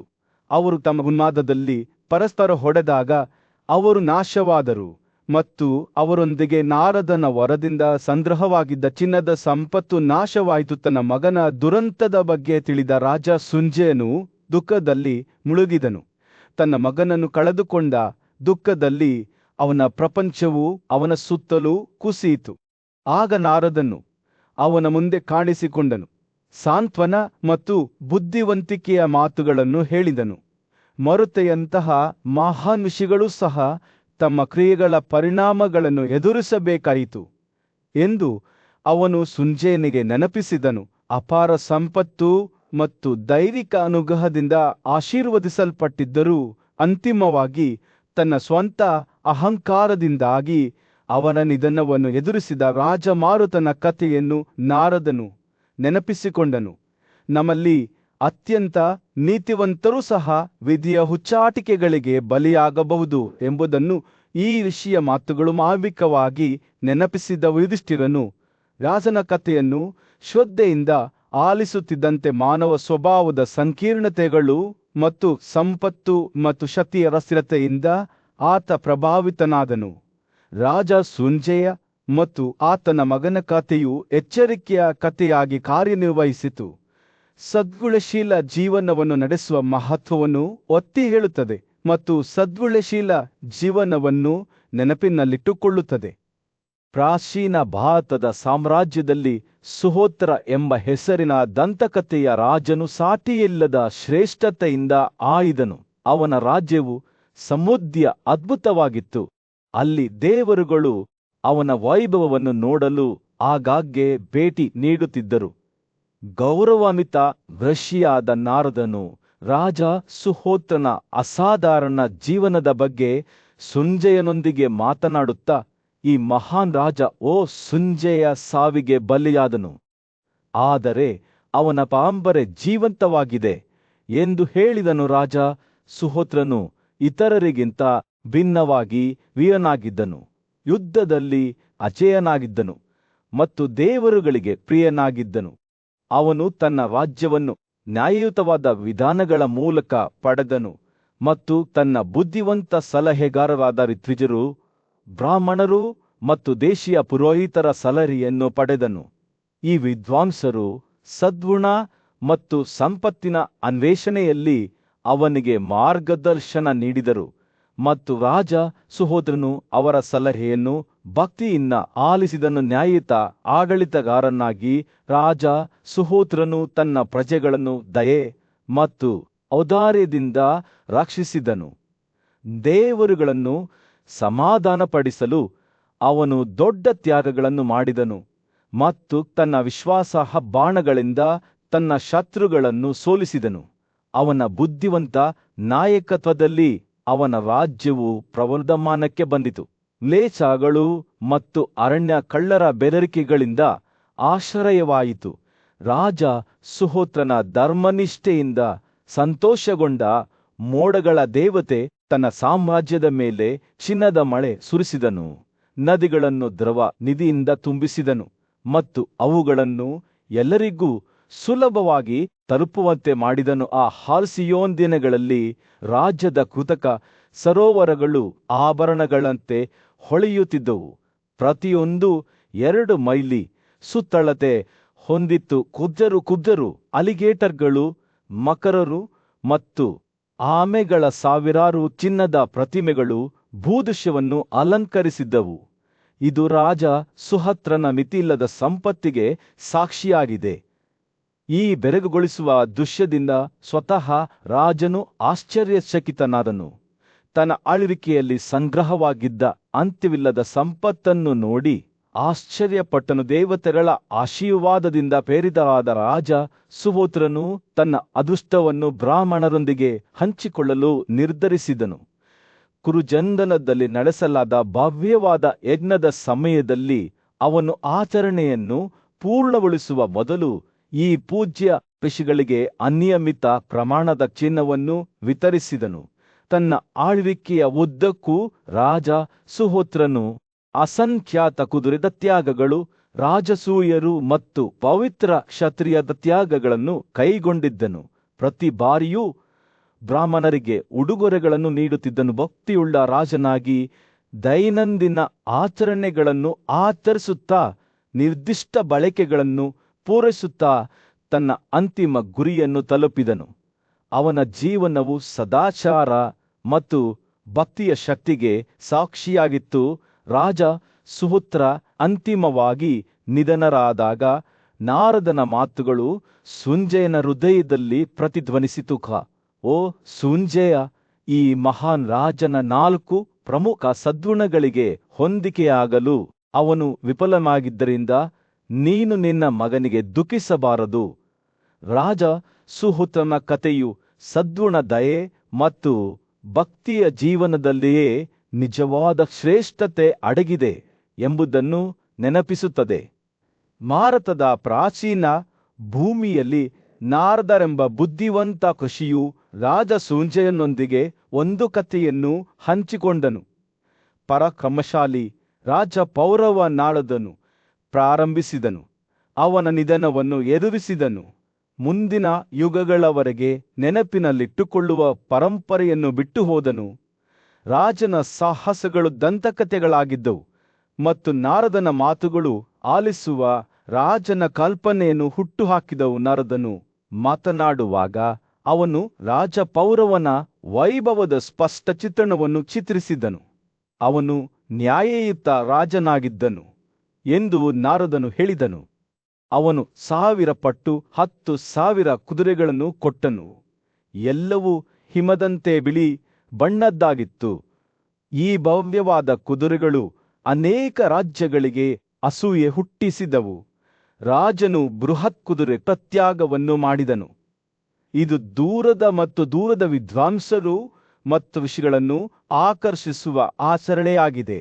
ಈ ಪ್ರಾಚೀನ ಕಲೆಗಳಾದ ಶಿಕ್ಷಾ ಮತ್ತು ಅಕ್ಷರಗಳಲ್ಲಿ ಪಾರಂಗತರಾದ ಬ್ರಾಹ್ಮಣರು ಈ ದೃಶ್ಯವನ್ನು ವೀಕ್ಷಿಸಲು ಬಂದರು. ವೇದಗಳ ಅಧ್ಯಯನದಿಂದ ಶುದ್ಧೀಕರಿಸಲ್ಪಟ್ಟ ಬ್ರಾಹ್ಮಣರು ನೋಡತಕ್ಕ ದೃಶ್ಯವಾಗಿದ್ದರು. ಅವರ ಮುಖಗಳು ಸೌಮ್ಯವಾದ ಬೆಳಕಿನಿಂದ ಹೊಳೆಯುತ್ತಿದ್ದವು ಮತ್ತು ಅವರು ಶಾಂತವಾದ ಆತ್ಮವಿಶ್ವಾಸದ ಗಾಳಿಯಿಂದ ಚಲಿಸುತ್ತಿದ್ದರು. ಅವರು ರಾಜಗೌರವದಿಂದ ಉಡುಗೊರೆಗಳನ್ನು ಪಡೆದಿದ್ದರು. ನಿಲುವಂಗಿಗಳು, ಮನೆಗಳು, ಹಾಸಿಗೆಗಳು, ರತ್ನಗಂಬಳಿಗಳು, ವಾಹನಗಳು ಮತ್ತು ಜಾನುವಾರುಗಳು ಅವು ಅವರಿಗೆ ಬಹಳ ಅಮೂಲ್ಯವಾದವು. ಆದರೆ ಈ ವಿದ್ವಾಂಸರು ಬಯಸಿದ್ದು ಕೇವಲ ಭೌತಿಕ ಸಂಪತ್ತು ಮಾತ್ರವಲ್ಲ. ಅವರು ತಮ್ಮ ವಾಸ್ತವ್ಯದ ಸಮಯದಲ್ಲಿ ಮನರಂಜನೆ ನೀಡಿದ ನಟರು, ನರ್ತಕರು ಮತ್ತು ಗಾಯಕರ ಪ್ರದರ್ಶನಗಳತ್ತ ಆಕರ್ಷಿತರಾದರು. ನಾರದನು ತನ್ನ ಕಥೆಯನ್ನು ಮುಂದುವರೆಸಿದಾಗ ಅವನು ರಾಜಪೌರವನ ಔದಾರ್ಯದ ವ್ಯಾಪ್ತಿಯನ್ನು ಬಹಿರಂಗಪಡಿಸಿದನು. ಅವನ ಪ್ರತಿಯೊಂದು ತ್ಯಾಗದಲ್ಲೂ ನಾರದನು ಹೇಳಿದನು. ಅವನು ಚಿನ್ನದ ವೈಭವದಿಂದ ಹೊಳೆಯುವ 10,000 ಆನೆಗಳನ್ನು ಕೊಟ್ಟನು. ಅವುಗಳ ದೇಹಗಳು ಮಾಗಿದ ಹಣ್ಣಿನ ರಸದೊಂದಿಗೆ ಹೊಳೆಯುತ್ತಿದ್ದವು. ಅವನು ಅವರಿಗೆ ಚಿನ್ನದಿಂದ ಮಾಡಿದ ರಥಗಳನ್ನು ಸಹ ಉಡುಗೊರೆಯಾಗಿ ನೀಡಿದನು. ಸ್ಟಡ್ಯಾಂಡರ್ಗಳು ಮತ್ತು ಬ್ಯಾನರ್ಗಳಿಂದ ಅಲಂಕರಿಸಲ್ಪಟ್ಟನು. ರಾಜನ ಔದಾರ್ಯವು ಅಲ್ಲಿಗೇ ನಿಲ್ಲಲಿಲ್ಲ. ಅವನು 1000 ಪಟ್ಟು 10,000 ಕನ್ಯೆಯರನ್ನು ಉಡುಗೊರೆಯಾಗಿ ನೀಡಿದನು. ಪ್ರತಿಯೊಂದು ಚಿನ್ನದ ಆಭರಣಗಳಿಂದ ಅಲಂಕರಿಸಲ್ಪಟ್ಟವು. ಈ ಉಡುಗೊರೆಗಳು ರಾಜ ಪೌರವನ ಅರ್ಪಣೆಗಳ ಒಂದು ಸಣ್ಣ ಭಾಗ ಮಾತ್ರವೇ ಆಗಿದ್ದವು. ಅವನು ಕಾರುಗಳು, ಕುದುರೆಗಳು, ಹತ್ತಲು ಆನೆಗಳು, ಮನೆಗಳು, ಹೊಲಗಳು, 1000 ದನಗಳು ಮತ್ತು ಚಿನ್ನದಿಂದ ಅಲಂಕರಿಸಿದ ದನಗಾಹಿಗಳನ್ನು ಸಹ ನೀಡಿದನು. ರಾಜನ ತ್ಯಾಗಗಳು ದೇಶದಾದ್ಯಂತ ಪ್ರಸಿದ್ಧವಾಗಿದ್ದು ಮತ್ತು ಅವುಗಳನ್ನು ನೋಡಿದವರು ಅವನ ಔದಾರ್ಯದ ಹಾಡುಗಳನ್ನು ಹಾಡಿದರು. ಅವನು ದನದ ಮರಿಗಳನ್ನು ಕರುಗಳೊಂದಿಗೆ ಕೊಟ್ಟನು. ಅವರು ಹೇಳುತ್ತಿದ್ದರು, ಅದರ ಕೊಂಬುಗಳು ಚಿನ್ನದಂತೆ ಹೊಳೆಯುತ್ತಿದ್ದವು ಮತ್ತು ಅದರ ಕಾಲುಗಳು ಬೆಳ್ಳಿಯಂತೆ ಹೊಳೆಯುತ್ತಿದ್ದವು.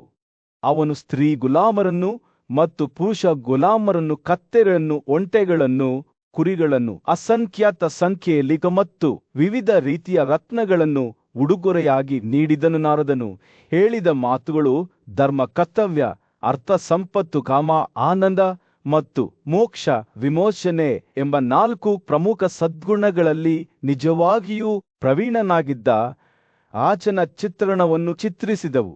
ಅವನ ತ್ಯಾಗಗಳು ಕೇವಲ ಸಂಪತ್ತಿನ ಭವ್ಯ ಪ್ರದರ್ಶನಗಳಲ್ಲ, ಅವು ಆಧ್ಯಾತ್ಮಿಕ ಬೆಳವಣಿಗೆಯನ್ನು ಸಾಧಿಸುವ ಸಾಧನವೂ ಆಗಿದ್ದವು. ರಾಜ ಪೌರವನು ನಿಧನರಾದಾಗ ಅವನ ಪರಂಪರೆಯು ಜೀವಂತವಾಗಿತ್ತು. ಕಥೆಯನ್ನು ಕೇಳಿದವರಲ್ಲಿ ವಿಸ್ಮಯವನ್ನು ಪ್ರೇರೇಪಿಸಿತು. ಪ್ರಾಚೀನ ಭಾರತದ ಸಮಾಜದಲ್ಲಿ ಉಸಿನಾರನ ಮಗನಾದ ಸಿವಿ ಎಂಬ ದಂತಕಥೆಯ ರಾಜನು ಸರ್ವೋಚ್ಚ ಆಳ್ವಿಕೆ ನಡೆಸಿದನು. ಅವನ ಸಾಹಸಗಳು ದಂತಕಥೆಗಳಾಗಿದ್ದವು ಮತ್ತು ಅವನ ಹೆಸರನ್ನು, ಅವನ ಶ್ರೇಷ್ಠತೆಯ ಬಗ್ಗೆ ತಿಳಿದಿರುವವರು ವಿಸ್ಮಯದಿಂದ ಪಿಸುಗುಟ್ಟಿದರು. ರಾಜ ಸಿವಿಯ ರಾಜ್ಯವು ವಿಶಾಲವಾಗಿತ್ತು. ಪರ್ವತಗಳು, ದ್ವೀಪಗಳು, ಸಮುದ್ರಗಳು ಮತ್ತು ಕಾಡುಗಳಾದ್ಯಂತ ಹರಡಿತು. ಅವನ ಪ್ರಬಲ ರಥವು ಅದರ ಮೂಲಕ ಗುಡುಗುತ್ತಿತ್ತು. ಅದರ ಹಿನ್ನೆಲೆಯಲ್ಲಿ ಆಶ್ಚರ್ಯಕರ ಹಾದಿಯನ್ನು ಬಿಟ್ಟು ಹೋಯಿತು. ಅವನು ಹೊಸ ಭೂಮಿಯನ್ನು ವಶಪಡಿಸಿಕೊಳ್ಳಲು ಹೊರಟಾಗ ಭೂಮಿಯೇ ಅವನ ಕೆಳಗೆ ನಡುಗುತ್ತಿತ್ತು. ಯುದ್ಧದಲ್ಲಿ ಅವನ ಪರಾಕ್ರಮಕ್ಕೆ ಯಾವುದೇ ಮಿತಿಯಿರಲಿಲ್ಲ ಮತ್ತು ಅವನ ಶತ್ರುಗಳು ಚಳಿಗಾಲದ ತಂಪಾಗುವ ಮೊದಲು ಶರತ್ಕಾಲದ ಎಲೆಗಳಂತೆ ಅವನ ಮುಂದೆ ಬಿದ್ದರು. ಆದರೂ ತನ್ನ ಸಮರ ಪರಾಕ್ರಮದ ಹೊರತಾಗಿಯೂ ರಾಜ ಶಿವಿಯು ಕ್ಷತ್ರಿಯನ ಪವಿತ್ರ ಕರ್ತವ್ಯಗಳನ್ನು ಮರೆಯುವವನಲ್ಲ. ಅವನು ಲೆಕ್ಕವಿಲ್ಲದಷ್ಟೂ ತ್ಯಾಗಗಳನ್ನು ಮಾಡಿದನು. ತನ್ನ ಬ್ರಾಹ್ಮಣರಿಗೆ ಚಿನ್ನ, ಆನೆಗಳು, ಕುದುರೆಗಳು ಮತ್ತು ಇತರ ಅಮೂಲ್ಯ ಸಂಪತ್ತನ್ನು ಉಡುಗೊರೆಯಾಗಿ ನೀಡಿದನು. ರಾಜನ ಔದಾರ್ಯಕ್ಕೆ ಯಾವುದೇ ಮಿತಿಯಿರಲಿಲ್ಲ. ಅವನು ಭೂಮಿಯ ಮೇಲೆ ಬೀಳುವ ಮಳೆ ಹನಿಗಳ ಸಂಖ್ಯೆಯನ್ನು ಅಥವಾ ಆಕಾಶದ ನಕ್ಷತ್ರಗಳನ್ನು ಅಥವಾ ನದಿಯ ತಳದ ಮರಳಿನ ಕಣಗಳನ್ನು ನೀಡಿದನು. ಅವನ ಯಜ್ಞದ ಸಂಯುಕ್ತಗಳು ನೋಡಲು ಅದ್ಭುತವಾಗಿದ್ದವು. ಅವುಗಳ ಮೂಲಕ ಕುಡಿಯುವ ನದಿಗಳು ಹರಿಯುತ್ತಿದ್ದವು ಮತ್ತು ಆಹಾರದ ಬೆಟ್ಟಗಳು ಬಿಳಿ ಪರ್ವತಗಳಂತೆ ಏರಿದವು. ವಿಶಾಲವಾದ ಸರೋವರಗಳಲ್ಲಿ ಸಂಗ್ರಹವಾದ ಹಾಲು ಮತ್ತು ಮೊಸರುಗಳ ಸಿಹಿ ಪರಿಮಳದಿಂದ ಗಾಳಿಯು ತುಂಬಿತು. ಈ ಬೃಹತ್ ಯಜ್ಞಗಳಲ್ಲಿ ಭಾಗವಹಿಸಿದ ಅಸಂಖ್ಯಾತ ಬ್ರಾಹ್ಮಣರು ಅವರು ರಾಜನ ಔದಾರ್ಯವನ್ನು ಸ್ವೀಕರಿಸುವಾಗ ಅವರ ಧ್ವನಿಗಳು ಹರ್ಷೋದ್ಧಾರದಿಂದ ಕೂಗುತ್ತಿದ್ದವು. ಮತ್ತು ಈ ಎಲ್ಲದರ ಮಧ್ಯದಲ್ಲಿ ರಾಜ ಶಿರಿಯು ನಿಂತನು. ಅವನ ಹೃದಯವು ದೇವತೆಗಳ ಭಕ್ತಿಯಿಂದ ತುಂಬಿ ತುಡುಕುತ್ತಿತ್ತು. ಅವನ ಆತ್ಮವು ಅವರನ್ನು ಮೆಚ್ಚಿಸುವ ಬಯಕೆಯಿಂದ ಹೊಳೆಯುತ್ತಿತ್ತು. ಅಂಶಗಳ ಪ್ರಬಲ ದೇವರಾದ ರುದ್ರನು ಸಹ ರಾಜನ ನೀತಿಯನ್ನು ಗಮನಿಸಿ ಅವನಿಗೆ ಒಂದು ವರವನ್ನು ನೀಡಿದನು ಎಂದು ಹೇಳಲಾಗುತ್ತದೆ. ನಿಮ್ಮ ಸಂಪತ್ತು, ನಿಮ್ಮ ಭಕ್ತಿ, ನಿಮ್ಮ ಕೀರ್ತಿ ಮತ್ತು ಎಲ್ಲಾ ಜೀವಿಗಳ ಮೇಲಿನ ಪ್ರೀತಿಯು ಅಕ್ಷಯವಾಗಿರಲಿ ಎಂದು ರುದ್ರನು ಘೋಷಿಸಿದನು. ಹೀಗೆ ಅದು ಸಂಭವಿಸಿತು. ರಾಜ ಶಿವಿಯ ರಾಜ್ಯವು ಅಭಿವೃದ್ಧಿ ಹೊಂದಿತು. ಅವನ ಜನರು ಅವನನ್ನು ಆರಾಧಿಸಿದರು ಮತ್ತು ಅವನ ಹೆಸರು ಶ್ರೇಷ್ಠತೆಗೆ ಸಮಾನಾರ್ಥಕವಾಯಿತು.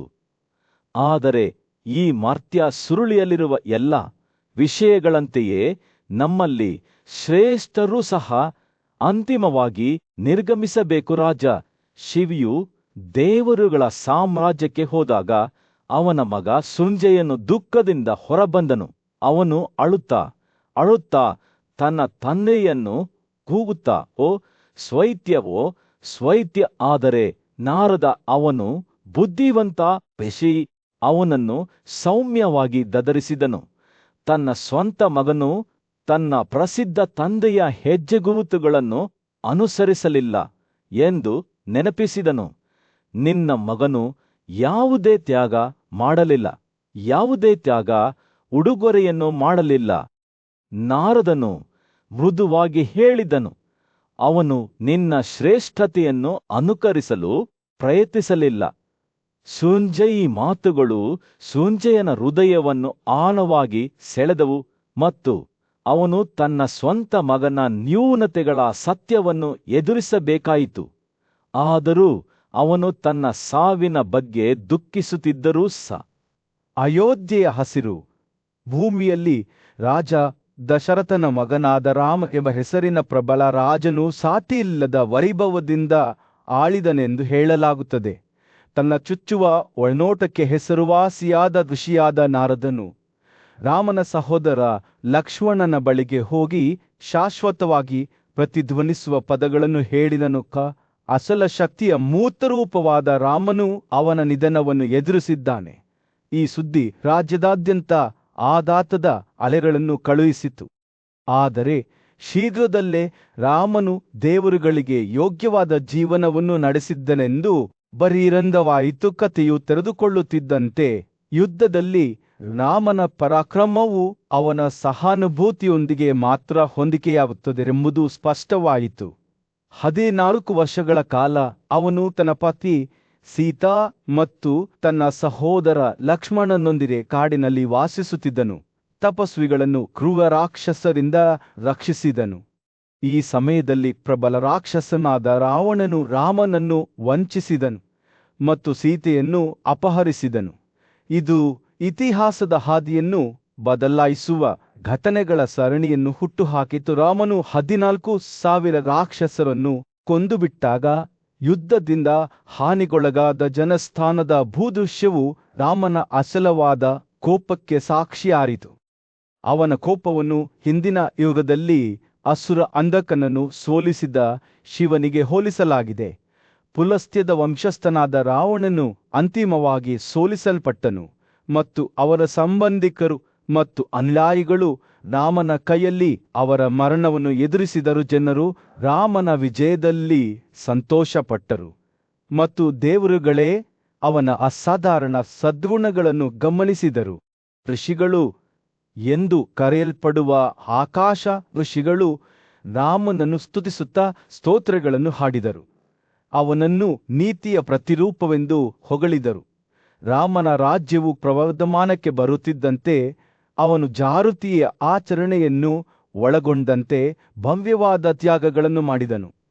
ಇದು ದೇವತೆಗಳ ರಾಜನಾದ ಇಂದ್ರನನ್ನು ಸಂತೋಷಪಡಿಸಲು ಶುದ್ಧೀಕರಿಸಿದ ಬೆಣ್ಣೆಯನ್ನು ಅರ್ಪಿಸಿತು. ರಾಮನ ಪ್ರಜೆಗಳು ಆತನ ಬುದ್ಧಿವಂತಿಕೆಯ ಆಳ್ವಿಕೆಯಲ್ಲಿ ಏಳಿಗೆ ಹೊಂದಿದರು ಮತ್ತು ಅವರ ಜೀವನವು ಸಂತೋಷ ಮತ್ತು ಸಮೃದ್ಧಿಯಿಂದ ತುಂಬಿತು. ಗಾಳಿಯು ನೊಣಗಳು ಮತ್ತು ಹುಳಗಳಿಂದ ಮುಕ್ತವಾಗಿತ್ತು ಮತ್ತು ಬೇಟೆಯಾಡುವ ಮೃಗಗಳು ಮತ್ತು ವಿಷಕಾರಿ ಸರೀಸೃಪಗಳು ಹತ್ತಿರ ಹೋಗಲು ಧೈರ್ಯ ಮಾಡಲಿಲ್ಲ.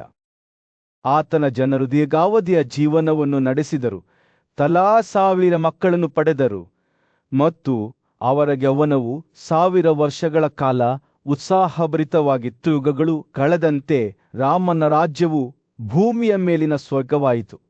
ಒಂದು ಕಾಲದಲ್ಲಿ ದೇವರುಗಳು ಮತ್ತು ಪಿತೃಗಳ ಪೂರ್ವಜರು ಆರಾಧನೆಗೆ ಅಡ್ಡಿಪಡಿಸಿದ್ದ ರಾಕ್ಷಸರನ್ನು ರಾಮನು ಸೋಲಿಸಿದನು. ಜನರು ತಮ್ಮ ಪವಿತ್ರ ಆಚರಣೆಗಳನ್ನು ಪುನರಾರಂಭಿಸಲು ಅವಕಾಶ ಮಾಡಿಕೊಟ್ಟನು. ಹಿರಿಯರು ಇನ್ನು ಮುಂದೆ ತಮ್ಮ ಕಿರಿಯರಿಗೆ ಅಂತ್ಯಕ್ರಿಯೆಗಳನ್ನು ಮಾಡಬೇಕಾಗಿಲ್ಲ, ಏಕೆಂದರೆ ಈ ಸುವರ್ಣ ಯುಗದಲ್ಲಿ ಸಾವು ಅಪರೂಪವಾಗಿತ್ತು. ರಾಮನ ಆಳ್ವಿಕೆಯು ಆಶ್ಚರ್ಯಕರವಾಗಿ 11,000 ವರ್ಷಗಳ ಕಾಲ ನಡೆಯಿತು. ಆ ಸಮಯದಲ್ಲಿ ಅವನು ಶಕ್ತಿ ಮತ್ತು ಸೌಂದರ್ಯದ ಮೂರ್ತರೂಪನಾದನು. ಅವನ ಪ್ರಜೆಗಳು ಅವನನ್ನು ಗೌರವಿಸಿದರು ಮತ್ತು ಅವನ ಹೆಸರು ಸದ್ಗುಣ ಮತ್ತು ಶ್ರೇಷ್ಠತೆಗೆ ಸಮಾನಾರ್ಥಕವಾಯಿತು. ರಾಮನು ಅಂತಿಮವಾಗಿ ತನ್ನ 4 ರೀತಿಯ ಪ್ರಜೆಗಳನ್ನು ತನ್ನೊಂದಿಗೆ ತೆಗೆದುಕೊಂಡು ಸ್ವರ್ಗಕ್ಕೆ ತೆರಳಿದಾಗ ಜಗತ್ತು ಅದರ ಶ್ರೇಷ್ಠತೆಯ ನಷ್ಟವನ್ನು ದುಃಖಿಸಿತು. ದೂರದ ಯುಗದಲ್ಲಿ ಇಕ್ಷ್ವಾಕುವಿನ ವಂಶಸ್ಥನಾದ ರಾಜ ಭಗೀರಥನು ಅಭೂತಪೂರ್ವ ಎತ್ತರಕ್ಕೆ ಏರಿದನು. ಅವನ ಹೆಸರು ಔದಾರ್ಯ ಮತ್ತು ಭಕ್ತಿಗೆ ಸಮಾನಾರ್ಥಕವಾಯಿತು. ಈಗ ಭಾಗೀರಥ ಎಂದು ಕರೆಯಲ್ಪಡುವ ಗಂಗಾ ತೀರಗಳು ಚಿನ್ನದಿಂದ ಮಾಡಿದ ಮೆಟ್ಟಿಲುಗಳ ಹಾರಾಟಗಳಿಂದ ಅಲಂಕರಿಸಲ್ಪಟ್ಟ ಭವ್ಯವಾದ ದೃಶ್ಯವಾಗಿ ಮಾರ್ಪಟ್ಟವು. ಇದು ರಾಜನ ಮಿತಿಯಿಲ್ಲದ ಸಂಪತ್ತು ಮತ್ತು ದೇವರುಗಳಿಗೆ ಅವನ ಅಸಲವಾದ ಬದ್ಧತೆಗೆ ಸಾಕ್ಷಿಯಾಗಿದೆ. ರಾಜ ಭಾಗೀರಥನ ಸಾಟಿಯಿಲ್ಲದ ಯಜ್ಞಗಳ ಸುದ್ದಿ ದೂರದೂರಕ್ಕೆ ಹರಡುತ್ತಿದ್ದಂತೆ ಅವನ ಆಸ್ಥಾನದಲ್ಲಿ ಬಹುಸಂಖ್ಯೆಯ ಜನರು ಜಮಾಯಿಸಿದರು. ಅವರು ರಾಜನ ಅರ್ಪಣೆಗಳ ವೈಭವವನ್ನು ವೀಕ್ಷಿಸಲು ಮತ್ತು ಅವುಗಳಿಂದ ಹರಿಯುವ ಆಶೀರ್ವಾದಗಳಲ್ಲಿ ಪಾಲ್ಗೊಳ್ಳಲು ಬಂದರು. ಈ ಭಕ್ತರಲ್ಲಿ ಗಂಗಾ ತನ್ನದೇ ನೀರಿನ ಭಾರದಿಂದ ಬಳಲುತ್ತಿದ್ದ ದೈವಿಕ ನದಿ ದೇವತೆ. ಅವಳು ಭೂಮಿಯ ಮೇಲೆ ಇಳಿದಳು. ರಾಜ ಭಾಗೀರಥನ ತೊಡೆಯ ಮೇಲೆ ಆಶ್ರಯ ಪಡೆದಳು. ಅವಳು ಅವನ ತೊಡೆಯ ಮೇಲೆ ಕುಳಿತಾಗ ರಾಜರ ಮತ್ತು ದೇವಿಯ ನಡುವೆ ಆಳವಾದ ಬಂಧವು ರೂಪುಗೊಂಡಿತು. ಅವಳ ಉಪಸ್ಥಿತಿಯು ರಾಜನಿಗೆ ಸಾಂತ್ವನವನ್ನು ತಂದಿತು ಮತ್ತು ಅವಳನ್ನು ತನ್ನ ಪಕ್ಕದಲ್ಲಿ ಹೊಂದಲು ಅವನು ತುಂಬಾ ಸಂತೋಷಪಟ್ಟನು. ದೇವರುಗಳು ಸ್ವತಃ ಈ ಅಸಾಧಾರಣ ಸಂಯೋಗವನ್ನು ಗಮನಿಸಿದರು ಮತ್ತು ಗಂಗೆಯನ್ನು ರಾಜನ ಮಗಳು ಎಂದು ಘೋಷಿಸಿದರು. ಈ ದೈವಿಕ ಮನ್ನಣೆಯು ಅವಳನ್ನು ರಾಜನ ಮೃತ ಪೂರ್ವಜರಿಗೆ ಮೋಕ್ಷದ ಮೂಲವಾಗಿ ಪರಿವರ್ತಿಸಿತು. ಮೋಡಿ ಮಾಡುವ ಧ್ವನಿಯನ್ನು ಹೊಂದಿರುವ ಆಕಾಶ ಸನ್ನಿಹಿತಗಾರರಾದ ಗಾಂಧರ್ವರು ರಾಜ ಭಾಗೀರಥನ ಭಕ್ತಿಯನ್ನು ಸ್ತುತಿಸುತ್ತಾ ಸ್ತೋತ್ರಗಳನ್ನು ಹಾಡುತ್ತಿದ್ದರು. ಅವರ ರಾಗಗಳು ದೇವರುಗಳು, ಋಷಿಗಳು ಮತ್ತು ಮಾನವರ ಕ್ಷೇತ್ರಗಳ ಮೂಲಕ ಪ್ರತಿಧ್ವನಿಸುತ್ತಿದ್ದವು. ರಾಜನ ತ್ಯಾಗಗಳನ್ನು ಯಾವಾಗಲೂ ಇಂದ್ರನ ನೇತೃತ್ವದಲ್ಲಿ ದೇವರುಗಳ ಉಪಸ್ಥಿತಿಯಿಂದ ಅಲಂಕರಿಸಲಾಗುತ್ತಿತ್ತು. ದೇವರುಗಳು ಈ ಆಚರಣೆಗಳಲ್ಲಿ ಭಾಗವಹಿಸುತ್ತಿದ್ದರು. ಸಮಾರಂಭಗಳಿಗೆ ಅನುಕೂಲವಾಗುವಂತೆ ಎಲ್ಲ ಅಡೆತಡೆಗಳನ್ನು ತೆಗೆದುಹಾಕುತ್ತಿದ್ದರು. ರಾಜ ಭಗೀರಥನ ಔದಾರ್ಯಕ್ಕೆ ಯಾವುದೇ ಮಿತಿ ಇರಲಿಲ್ಲ. ಬ್ರಾಹ್ಮಣರು ತಮ್ಮ ಪೂಜಾ ಸ್ಥಳಗಳನ್ನು ತೊರೆಯುವ ಅಗತ್ಯವಿಲ್ಲದೆ ಅವರು ಬಯಸಿದ್ದನ್ನು ಆತನು ಅವರಿಗೆ ನೀಡಿದನು. ಆತನ ಸಂಪತ್ತು ಆತನ ತಪಸ್ವಿ ಯೋಗ್ಯತೆಯ ಅಭಿವ್ಯಕ್ತಿಯಾಗಿತ್ತು ಮತ್ತು ಆತ ದೇವರುಗಳ ಗೌರವ ಮತ್ತು ಮೆಚ್ಚುಗೆಯನ್ನು ಗಳಿಸಿದ್ದನು. ರಾಜನ ಅಂತಿಮ ಗುರಿಯೆಂದರೆ ಆತನು ಬ್ರಹ್ಮನ ರಾಜ್ಯವನ್ನು ಏರುವುದು. ಅಲ್ಲಿ ಆತನು ಜನ್ಮ ಮತ್ತು ಮರಣದ ಚಕ್ರದಿಂದ ಮುಕ್ತನಾಗಿರುತ್ತಾನೆ. ವರ್ಷಗಳು ಉರುಳಿದಂತೆ ರಾಜ ಭಾಗೀರಥನ ಖ್ಯಾತಿಯು ದೂರ ದೂರಕ್ಕೂ ಹರಡಿತು. ಅವನ ಹೆಸರು ನೀತಿ, ಕರುಣೆ ಮತ್ತು ಭಕ್ತಿಗೆ ಸಮಾನಾರ್ಥಕವಾಯಿತು. ಆಧ್ಯಾತ್ಮಿಕ ಬೆಳವಣಿಗೆಯ ಅನ್ವೇಷಣೆಯಲ್ಲಿ ಅವನು ಎಲ್ಲಾ ರಾಜರು ಮತ್ತು ರಾಜಕುಮಾರರನ್ನು ಮೀರಿಸಿದ್ದನು. ಅವನು ಈ ಜಗತ್ತನ್ನು ತೊರೆಯುವ ಸಮಯ ಬಂದಾಗ ಬ್ರಾಹ್ಮಣರ ಆಶೀರ್ವಾದದಿಂದಾಗಿ ಅವನು ಬ್ರಹ್ಮನ ಸಾಮ್ರಾಜ್ಯಕ್ಕೆ ಏರಿದನು. ರಾಜನ ನಿಧನವು ಅವನನ್ನು ಅರಿತವರ ಹೃದಯದಲ್ಲಿ ಶೂನ್ಯವನ್ನು ಉಂಟು ಮಾಡಿತು. ಅವನ ಮಗ ಸ್ವೈತ್ಯ ತನ್ನ ತಂದೆಯ ನಿರ್ಗಮನದ ಬಗ್ಗೆ ವಿಷಾದಿಸುತ್ತಾ ದುಃಖದಿಂದ ಹೊರಬಂದನು. ಆದರೆ ಅವನು ಬುದ್ಧಿವಂತ ಋಷಿಯಾಗಿದ್ದ ನಾರದನು ಸುಂಜಯನನ್ನು ಸಾಂತ್ವನ ಮಾಡಲು ಪ್ರಯತ್ನಿಸಿದನು. ನಿನ್ನ ಮಗನು ಭಾಗೀರಥನ ರಾಜನಿಗಾಗಿ ದುಃಖಿಸಬಾರದು, ಏಕೆಂದರೆ ಅವನು ಸಾಟಿಯಿಲ್ಲದ ಭಕ್ತಿ ಮತ್ತು ಔದಾರ್ಯದ ಜೀವನವನ್ನು ನಡೆಸಿದ್ದಾನೆ. ಅವನ ತ್ಯಾಗಗಳು ಅವನ ಕರುಣೆ ಮತ್ತು ನಿಸ್ವಾರ್ಥತೆಗೆ ಸಾಕ್ಷಿಯಾಗಿವೆ. ಸೂರ್ಯನು ದಿಗಂತದಲ್ಲಿ ಮುಳುಗಿ ಆಕಾಶವನ್ನು ಕಡುಗೆಂಪು ಮತ್ತು ಚಿನ್ನದ ಬಣ್ಣಗಳಿಂದ ಚಿತ್ರಿಸಿದ ಪ್ರಾಚೀನ ಭಾರತದ ಸಾಮ್ರಾಜ್ಯದಲ್ಲಿ ಒಬ್ಬ ಪ್ರಬಲ ರಾಜನ ಕಥೆಯು ತೆರೆದುಕೊಂಡಿತು. ಕಾಲದ ಮುಸುಕನ್ನು ಮೀರಿ ನೋಡಿದ ಕಣ್ಣುಗೊಳ್ಳ ಕೃಷಿಯಾದ ನಾರದನು ಹವಿಲಾದ ಮಗನಾದ ರಾಜ ದಿಲೀಪನ ಜೀವನ ಮತ್ತು ಪರಂಪರೆಯ ಬಗ್ಗೆ ಸುಂಜಯನಿಗೆ ಹೇಳಿದನು. ದಿಲೀಪ ಓ ಸುಂಜಯ, ನಾರದನು ಬೇಸಿಗೆಯ ದಿನದಂದು ಸೌಮ್ಯವಾದ ಗಾಳಿಯಂತೆ ತನ್ನ ಧ್ವನಿಯನ್ನು ಪ್ರಾರಂಭಿಸಿದನು. ಸಂಪತ್ತು ತುಂಬಿದ ಭೂಮಿಯನ್ನು ಆಳಿದ ರಾಜನಾಗಿದ್ದನು.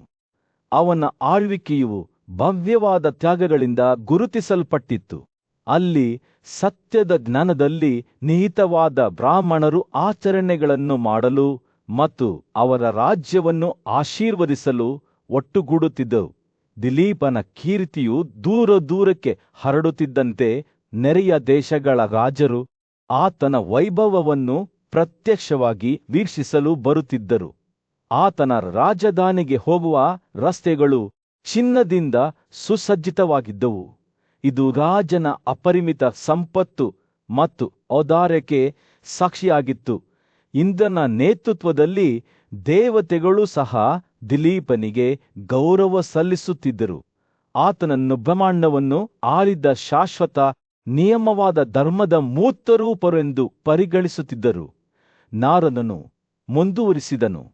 ಆತನ ಗೆದ್ದದ ಸ್ತಂಭದ ಮೇಲಿನ ಮತ್ತು ಕೆಳಗಿನ ಉಂಗುರಗಳು ಪವಿತ್ರ ವಿಧಿಗಳಿಗೆ ಆತನ ಅಸಲವಾದ ಬದ್ಧತೆಯ ಸಂಕೇತವಾದ ಚಿನ್ನದಿಂದ ಮಾಡಲ್ಪಟ್ಟವು. ದಿಲೀಪ್ ಅವರ ತ್ಯಾಗದಲ್ಲಿ ಇತರ ಯಾವುದೇ ಪ್ರದರ್ಶನಗಳಿಗಿಂತ ಭಿನ್ನವಾದ ಒಂದು ದೃಶ್ಯ ಕಾಣಿಸುತ್ತಿತ್ತು. ಹಬ್ಬದ ಆಚರಣೆಯಲ್ಲಿ ಪಾಲ್ಗೊಳ್ಳಲು ಸಾವಿರಾರು ಜನರು ಸೇರುತ್ತಿದ್ದರು. ಅಲ್ಲಿ ರಾಗಖಂಡವಗಳನ್ನು ಅತ್ಯುತ್ಕೃಷ್ಟವಾದ ಕಾಳಜಿಯಿಂದ ತಯಾರಿಸಿದ ಖಾದ್ಯವನ್ನು ಬಡಿಸಲಾಗುತ್ತಿತ್ತು. ಈ ಔದಾರ್ಯದಿಂದ ತಿಂದ ಅನೇಕರು ಸುವರ್ಣ ರಸ್ತೆಗಳ ಮೇಲೆ ಮಲಗಿರುವುದು ಕಂಡುಬಂದಿತು. ಈ ಸಂದರ್ಭದ ಸಂಪೂರ್ಣ ಸಂತೋಷ ಮತ್ತು ಸಮೃದ್ಧಿಯಿಂದ ಹೊರಬಂದರು. ಯುದ್ಧಕ್ಕಾಗಿ ವಿನ್ಯಾಸಗೊಳಿಸಲಾದ ದಿಲೀಪನ ರಥವೂ ಸಹ ಶಾಂತಿಯ ಸಮಯದಲ್ಲಿ ತನ್ನನ್ನು ತಾನು ಯೋಗ್ಯವೆಂದು ಸಾಬೀತುಪಡಿಸಿತು. ಅದರ ಚಕ್ರಗಳು ನದಿಗಳ ಮೂಲಕ ಹಾದು ಹೋಗುವಾಗ ಎಂದಿಗೂ ನೀರಿನಲ್ಲಿ ಮುಳುಗಲಿಲ್ಲ. ನಾರದನು ಮಾತನಾಡುತ್ತಿದ್ದಾಗ ಅವನ ಹೃದಯವು ವಿಸ್ಮಯ ಮತ್ತು ಗೌರವದ ಮಿಶ್ರಣದಿಂದ ಉಬ್ಬಿಕೊಂಡಿತ್ತು. ಲೆಕ್ಕವಿಲ್ಲದಷ್ಟು ನಾಗರಿಕತೆಗಳ ಉದಯ ಮತ್ತು ಪತನವನ್ನು ನೋಡಿದ ಋಷಿಯ ಮುಂದೆ ತಾನು ನಿಂತಿದ್ದೇನೆ ಎಂದು ಅವನಿಗೆ ತಿಳಿದಿತು. ರಾಜ ದಿಲೀಪನನ್ನು ನೋಡಿದವರು ಸಹ ದೃಢವಾದ ಬಿಲ್ಲುಗಾರನು, ಯಾವಾಗಲೂ ಮಾತಿನಲ್ಲಿ ಸತ್ಯವಂತರಾಗಿದ್ದು ತನ್ನ ತ್ಯಾಗಗಳಿಗೆ ಅಪಾರ ಉಡುಗೊರೆಗಳನ್ನು ನೀಡುತ್ತಾ ಸ್ವರ್ಗಕ್ಕೆ ಏರುವಲ್ಲಿ ಯಶಸ್ವಿಯಾದನು ಎಂದು ನಾರದನು ಹೇಳಿದನು. ಅಂತಹ ಉದಾತ್ತ ಗುರಿಯನ್ನು ಸಾಧಿಸುವ ಸಾಧ್ಯತೆಯನ್ನು ಆಲೋಚಿಸುತ್ತಿದ್ದಂತೆ ಅವನ ಆಲೋಚನೆಯೇ ಸಂಜಯನ ಬೆನ್ನುಮೂಳೆಯನ್ನು ನಡುಗಿಸಿತು. ದಿಲೀಪನ ರಾಜ್ಯದ ಹೃದಯ ಭಾಗ